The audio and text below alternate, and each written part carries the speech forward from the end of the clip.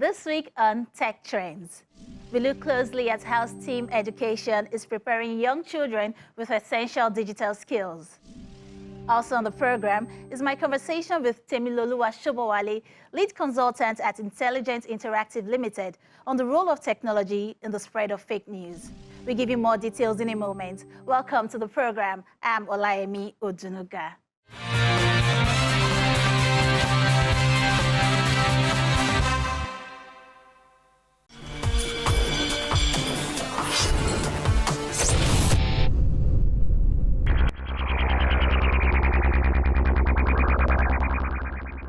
Everything great in science and art is simple. What can be less complicated than the greatest discoveries of humanity? Gravitation, the compass, the printing press, the steam engine, the electric telegraph.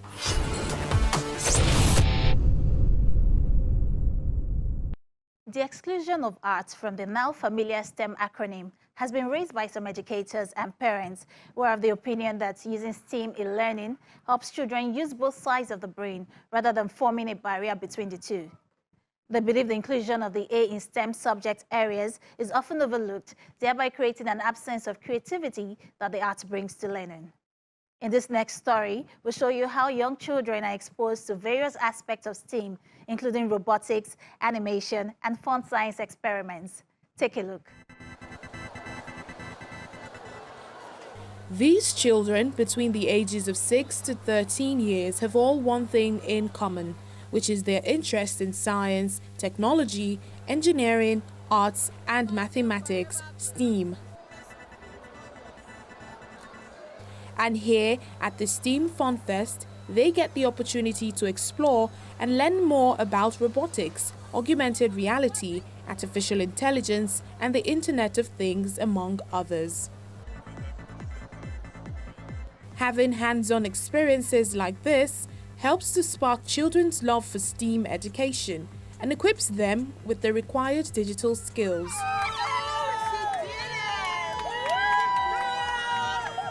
And because having the arts in STEM is just as important, the creative and innovative aspects come to light. The STEM Fun Fest is actually an event to spark an interest in STEM for children within the ages of 6 to 15. So we understand that technology is the future. It's estimated that 75% of jobs in the future require technology. And then STEM education helps children to have problem-solving skills. It helps them to have critical thinking, and all these are skills of the future. So what we wanted to do was to bring children together and let them have various experiences in STEM. You know, STEM means science, technology, engineering, arts, and math. So we brought together various STEM exhibitors to then give them hands-on experience. So they have 3D printing, they have robotics, they have coding, they even have graphics design, different things, just so that they can be exposed. We hope that through this exposure, children will have more and more interest in pursuing STEM careers, because that is really the future. Nigeria, we believe, should be one of the leaders when it comes to STEM education and even technology. And we have to start now. If you want to build the future, we have to start now. At this age, children have a wonderful imagination. You know, they can think big, they can dream big. So what we are hoping to do is to develop and to deposit, you know, innovation in their mind and expose them to what that looks like in different spheres. So we have companies here that do 3D printing, that do, you know, virtual reality. We have some that are doing coding, robotics, engineering. We even have people doing arts and literacy, because STEAM stands for science, technology, engineering, arts, and math. We have people who are doing gaming. We have people who are doing esports. So we want to expose them to a variety of things so that they themselves might think of what they want to be in the future and see themselves as problem solvers, and also knowing that there's different ways for them to learn. Learning is not just within the classroom. You know, learning takes place all around, and for them to be curious and aware of the plentiful problems that we have in Nigeria, and also show them skills on how technology can solve those problems. The theme of the program, STEAM from Classroom to the Real World, exposes the kids to fun science experiments, animation, and even the world of robotics, which is an exciting way to equip and prepare them for future challenges. Today we did an experiment about from solid to gas and the states of matter. So for what we did is that we took dry ice and we put it inside the bubbling system. So then for the dry ice, you have to use gloves to hold it or it will burn your hand. So for the dry ice, it can only change from solid to gas. It can't change to liquid. I use coding, art, 3D printing, engineering. This airframe is made of a material called carbon fiber. So this is carbon fiber material.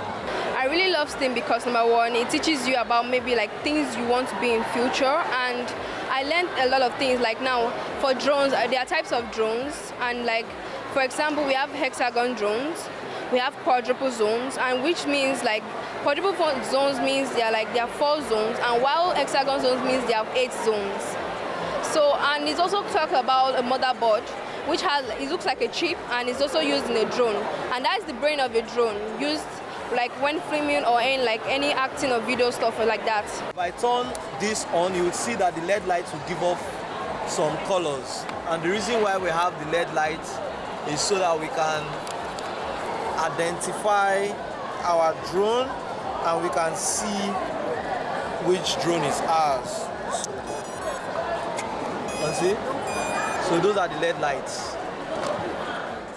And for those interested in STEAM careers, education and technology trends, there's a masterclass for them. I think my message to parents, first of all, is that ensure that your school is promoting STEM education in the curriculum. It's no longer a nice to have, it's a must. We need to look for more partners with your school that can make it as affordable as possible to ensure that your children are learning. Look for various, courses, various classes, various people that are doing things, especially this summer, on STEM education. The essence of this program, the primary essence for young ones, for parents, is to realize that there are different kinds of professions out there beyond the traditional ones, and that their children can aspire to become that. And also, if they do aspire to become that, they now also have access to the people, the organizations, and the resources that can enable them to achieve such. With STEAM, the possibilities are endless. Teachers can unlock the full creative potentials of many children, enabling them to have a better appreciation of multiple skill sets. Therefore, implementing the STEAM education model equips students with the skills and knowledge needed to thrive in the 21st century.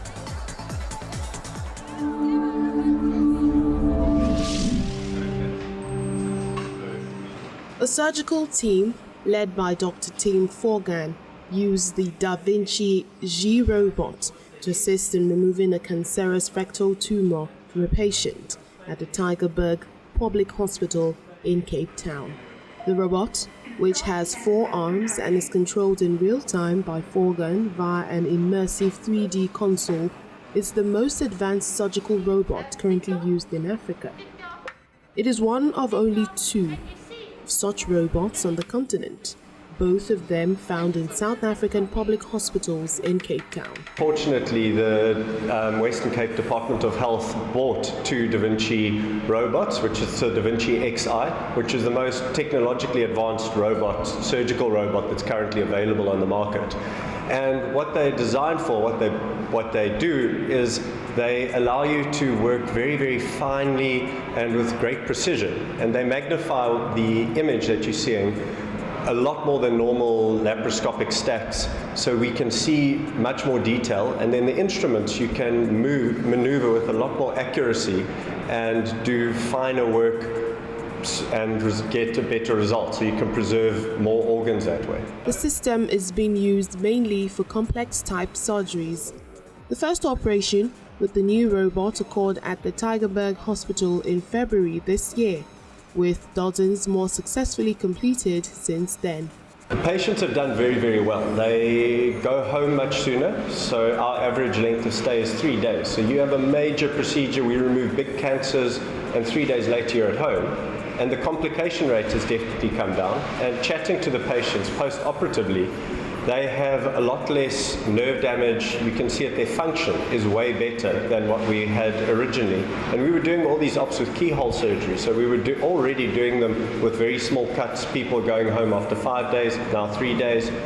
It's definitely improved their quality of life, and they all tell me they feel as if they haven't had an operation.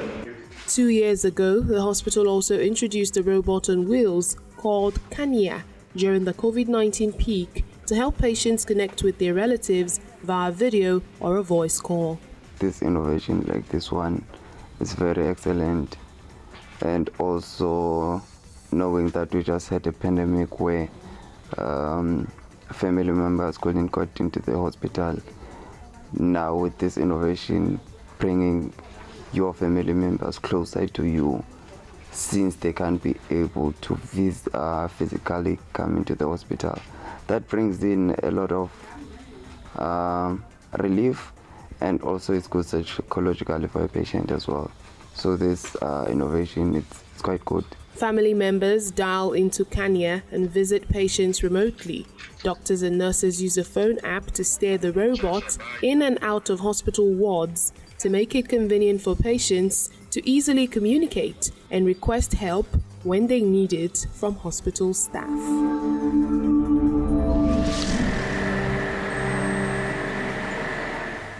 Zoox, a self-driving technology firm, says it is gearing up to launch its robot taxi business, self-certifying that its vehicle with no pedals or steering wheel meets U.S. federal regulations and applying for a permit in California to test drive it.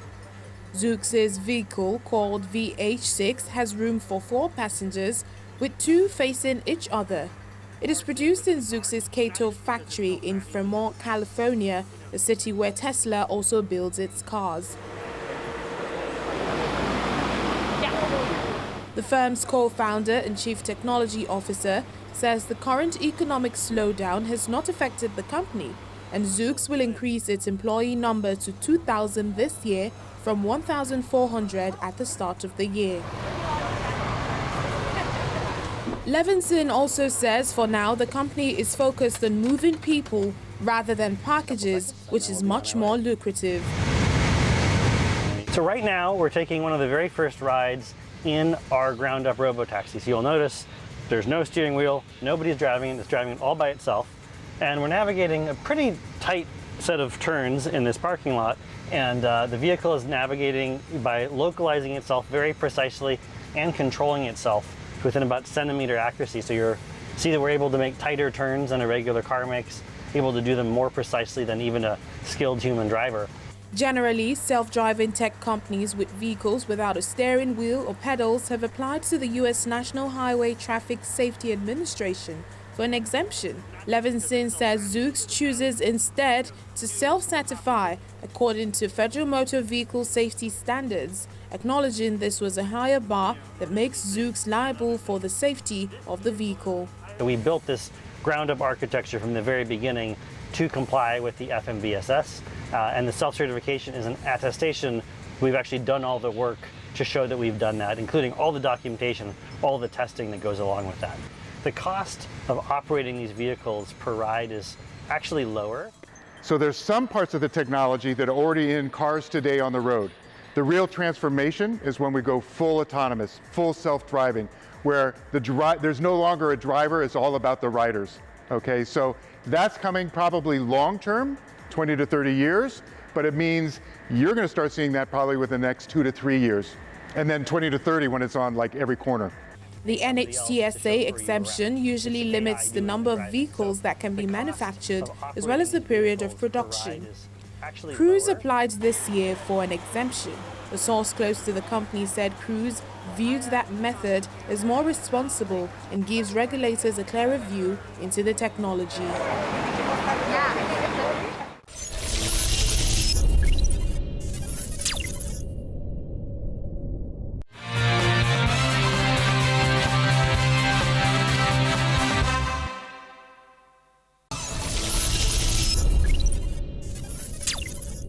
Fake news and misinformation are nothing new, but in a connected world where content can be shared quickly, circulating false or misleading stories can just be a few clicks away.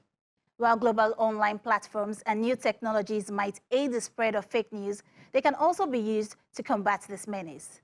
Let's hear more from Temiloluwa Shobowale. Fake news just reinforces our biases, and that's why it's difficult to solve it, because if you have a bias against somebody and a news comes out that reinforces that bias, you don't even want to know whether it's fake or true. Just keep it to buttress your point and you share it. So basically what happens is fake news comes up and people who have a bias towards it will use it. So it's difficult to stop because people always have biases against government, against individuals, against companies. And if anything comes to reinforce that, whether it's fake or true, most of the time fake, you will take it up and run with it without even fact checking or no. You can run with it and later find out it's false. But at that point when you want to buttress something or you want to make a point to your friends that you know what you are talking about, you take the news and run with it. So fake news will keep going on and on until people realize that it's not what is important, it's not your bias that is important, it's what is true that is important, right? Until you get to that point, fake news will keep trending and keep going on and on. And how can digital technologies help? Are there tech tools that allow people vet the information that they receive? So what happens is there are a lot of tools. Google has a fact checker tool, right? There are a lot of other AI tools that have been built to do fact checking. And that really helps organizations or individuals. But the most challenging problem is the nuance of your environment. What is fake in Nigeria is different from what is fake outside of the country. So we need to have our own system of saying this is fake news and this is true news. Now, technology will now be able to, over time, learn what is fake and what is true, and now be able to alert individuals to say, look, this thing has an 80% or a 5% possibility of being fake. So you have to be cautious about sharing information from this news or sharing this news, right? And that works basically. So what happens most of the time is lots of tools around the world have been built to do this to help with managing fake news. But locally, I don't think we've built any tool that will help us because things that happen here is quite different from what happens outside of the country. Right? What is fake to us is not what might be fake to them. So we need to build a system of database and this is fake news, this is true news, and train our own AI and tools to be able to identify and flag, not just identify, flag the news to say, look, this thing looks to be fake. So you have to be a way of sharing the information that this has brought to you. With that, we're able to reduce people just sharing information without having an idea. Even if you have an alert to say, look, this is almost fake, you will hold back a little bit and do a few research before you share. That will reduce the negativity of viral sharing of fake news, maybe by about 50%, right? And over time, you get to know that, look, what this comes out as fake, this platform is meant for fake news, it's not, but tools have been built, lots of tools have been built to do this, but locally we don't have anyone. But I think we should do that because our local nuance is different from what is happening globally. There is a new EU regulation that's supported by the Digital Services Act that will demand tech firms to deal with disinformation and fake news on the platforms. How will this reduce the impact of fake news online without necessarily infringing on the right of free speech? Well, the regulation has its own place, but even with most of the websites, they've absorbed themselves of the responsibility, right, of being the ones to be punished for users making mistakes on their platform. So most of the time with the terms of use on most of the social networks, when you sign, most people don't read it, but there's a place that tells you that you are responsible, solely responsible for information that you share on this platform, and you'll be held responsible for anything. And so the best that that regulations can do is to send information to the owners of the platform to say, look, this is a fake platform. Sorry, this is a fake. This is an account doing something fake. The best they can do is shut it down, right? There's nothing more that regulations can do because the companies themselves are protected on the legal side by their terms of use, right? The best we can do is to make the users of the platform understand the impact of fake news and what it causes to economy and to countries.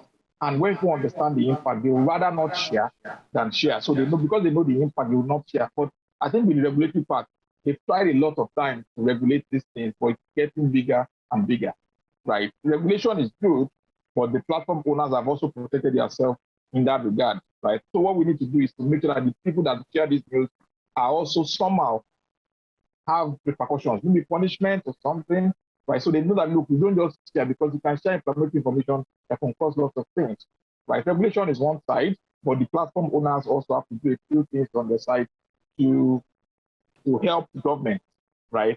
Or when things get sent to them, they act on it as quickly as possible to protect things from getting into. But with regulation, I think regulation is good, but it's much more than that. The platform owners should decide to self-regulate and do what is right to their platform, proactively using their technology to know when a fake account is being created, because they have tools and AI that can detect when a fake account has been created. They can stop those ones proactively instead of waiting for it to do damage before you now get alerted on it. They can use their tools on their own to help complement what the government is doing to the regulatory side. Let's talk about deepfakes and fake accounts that have also been identified as other forms of disinformation. What are the dangers that they present, and how can we counter them?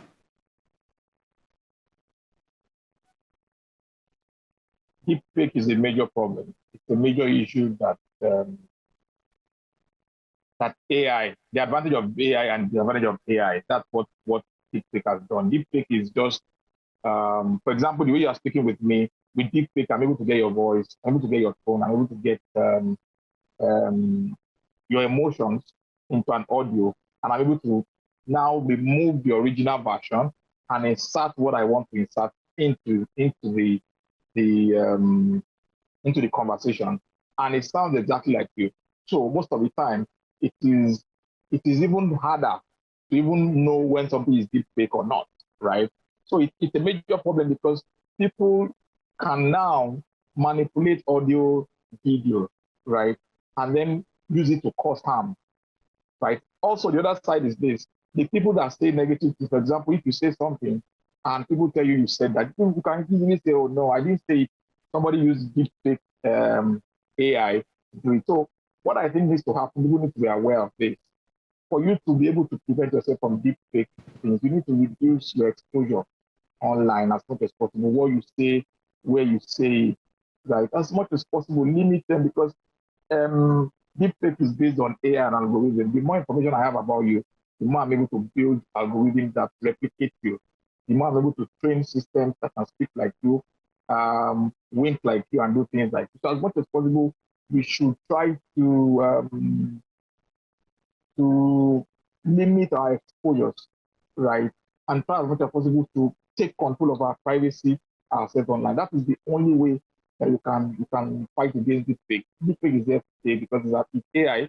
It's the same thing powering many tools around the world, right? So we need to find a way to manage it. An understanding of the system or how it works is very important. So if you understand that it's based on the data you give out, that deepfake can be done about you, then you reduce what you give out, your audio, your video. I don't say you shouldn't interact, but as much as possible, limit it to the places and sources that you trust. That is the only way I think deepfake can be reduced currently.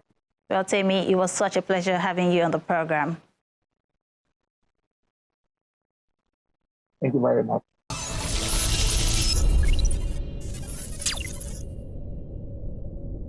The internet at home disconnects me, but that's a thing of the past. Today, I found the great solution. With Connect, I can get internet from space. It's super fast satellite internet from Connect. It's great. I can get internet everywhere. It's super simple and super fast. It's Connect. Broadband up to 100 megabits per second. All this from 6,900 naira per month. Isn't it great? Go to connect.com.